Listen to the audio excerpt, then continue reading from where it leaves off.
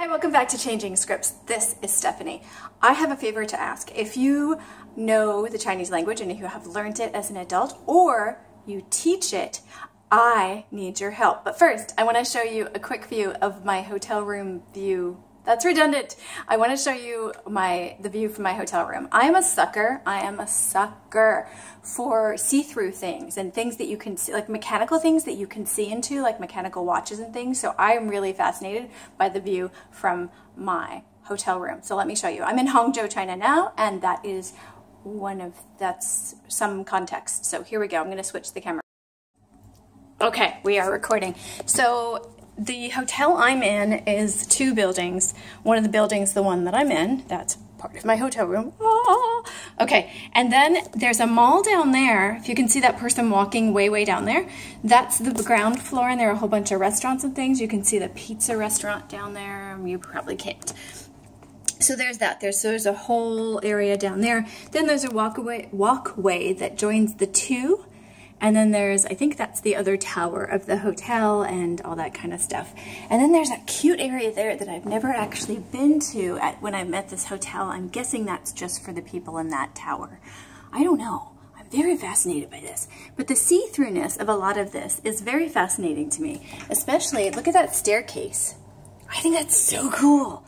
Granted, right now it's super hot and humid in there, but I just think it looks really cool to be able to see through all of this stuff. It's super common architecture here in the first tier cities and a lot of the modern buildings that are being built, but I still think it's really neat. It's a part of the architecture that I definitely like here in China. So that's the view from my hotel room this week. Okay, so now you know what you're looking at when I am talking during this video. Okay, so I need some help. Not help, it's not help. I can certainly live my life without this, but I would really like to, I'm trying to get the right view here. There we go, we're just gonna go with that one and have something have a lamp sticking out of my head. Awesome.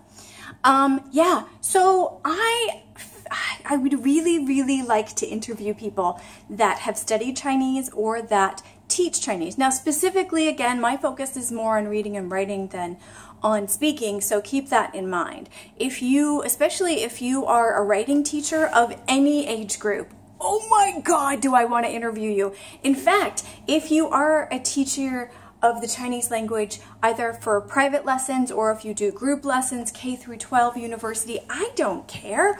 If you do that in Shanghai, even better, because then if it's possible, I would love to come visit your classroom and look at how you teach the language and how you teach writing and reading of the language. That would be amazing to me. I love watching different ways that people teach and learn a language, and that would be incredible. So this is two calls out. One, if you have studied the Chinese language in any form, speaking, reading, writing, whatever I'm missing, listening, in any form as an adult, I would like to, or actually forget as an adult, if you have studied the language as a second or third or extra language, let's say, I would like to pick your brain on how you did that. Whether it was something that, that you did as a child and people taught you and you followed their methods, or as an adult, whether you followed somebody else's method via classroom or whether you self-taught. I would like to interview you on how that happened and your experiences and what you felt worked best for you. I don't expect to find one method, folks. I think there are varying methods on how any language is learned, and my goal with hopefully these interviews that I'll start doing, is just to interview people and see what worked for them, and to release that to the world as different ways that might help other people. So, because all I keep doing is the things that are working for me and the things that are not working for me. And I keep saying for me because that's what I'm doing for me, but there's a lot of different ways to do this. So, again, one is if you know the Chinese language, how did you learn? I'd love to interview you. We can do it via video. I can set up the technology. We can use whatever works best for you as long as it works for me with my VPNs. We're good. If you're in Shanghai or in one of the cities that I work in, then we can do it in person. It's totally and completely up to you. I do prefer that it be a visual interview so that I can put it on this channel. Two, if you teach the language, especially reading and writing, I would love to interview you and or come visit whatever classroom it is, whether it be a private class. That would be a little bit more awkward, but you know, it could work, or a group class. Any age group, I don't care. There's a lot of similarities between how people learn when they're a child and when they're an adult, and I can pull enough interesting stuff out of any situation. I just need an invitation. So again, 1, if you know the Chinese language, I'd love to interview you on how you learned it.